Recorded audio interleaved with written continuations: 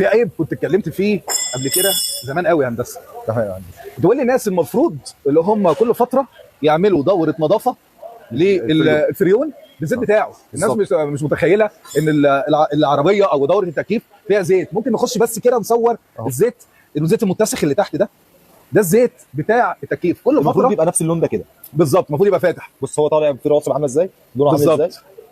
فانا كنت بنصحهم دايما زمان بالموضوع والناس ما كانتش متفهمه الموضوع وايه تداعياته اللي ممكن تحصل، زي المشكله بتاعتنا النهارده. احنا ممكن حضرتك تحكي لنا ايه اللي حصل وبدانا نعمل ايه عشان خاطر نحل المشكله والاثار الناتجه عن عدم تغيير زيت الفريون. مبدئيا كده هندسه، هي العربيه جايه ما فيهاش فريون خالص، فيها تسريب.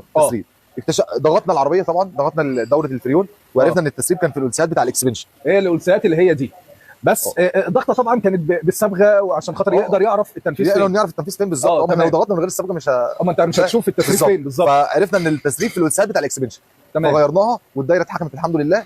بس غالبا الاكسبنشن اتسد بقى بسبب اللي انا كنت بقوله من الاول كده، اللي احنا المفروض نعمل دوره التنظيف اللي انا كنت بقول عليها من سنين طويله. يعني احنا عاملينها مجانا على فكره. الدوره دي الدوره مع الصيانات. مع الصيانات احنا بنسحب، لازم يتسحب دوره الفريون، بتخش على الجهاز بتتنقى، والزيت كمان بيتنقى منه الرواسب وبترجع تتفضى تاني في العربيه. بص يعني انا بس حابب انوه على حاجه، حته اللي هي مجانا، هي مش معموله مجانا عشان خاطر الدوره تتنظف وبس.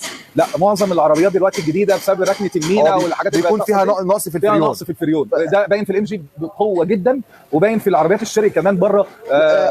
معظم العربيات الجديده فعلا بتنزل نقص فريون، فبالتالي بتاثر على اداء التكييف الداخلي. تمام. والناس بتبقى مش عارفه اللي هو تكييف كده، فمحتاجه اللي هي تزود شويه الفريون. ده طبعا بيفرق مع العربيه، وخصوصا على الصلانسيه. يعني الصلانسيه تبقى انت منظف الفلتر وعامل كل حاجه، ولكن في الاخر برضو ما تحسش العربيه مش بتسقع جامد، مفيش تسقيع بالشكل الكافي، لان هو الفريون بيبقى ناقص فيه كميه كبيره.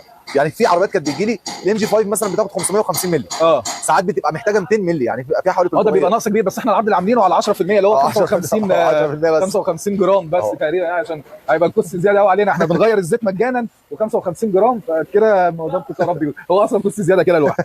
طيب يعني ننصح الناس اللي هي لازم تعمل دوره نظافه للمتاجر كل فتره، لا عشان ما تاثرش على اي حاجه ثانيه.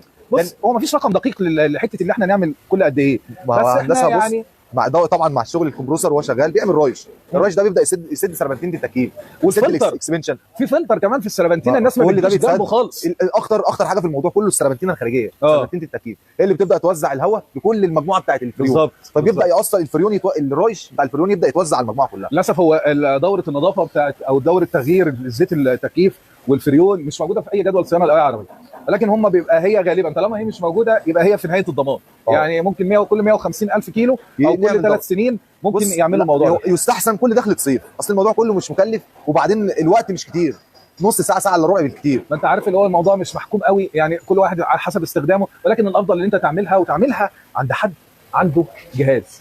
اي حد عنده جهاز ممكن تقدر تعمل الجهاز اللي زي دوت كده، او اللي بعده ممكن تصور الجهاز دوت او الجهاز اللي بعده كمان ممكن تعملها عنده، لان هو بيبقى مخلي باله قوي وهو بيشتغل على العربيه، لان هو تكلفه الفلتر بتاع الجهاز دي تبقى كبيره، فبالتالي ما بيرجعلكش اي شحنه ممكن يبقى فيها رايش او تعمل لك مشكله في العربيه. شكرا لكم يا جماعه، شكرا يا باشمهندس. العفو يا استاذ احمد.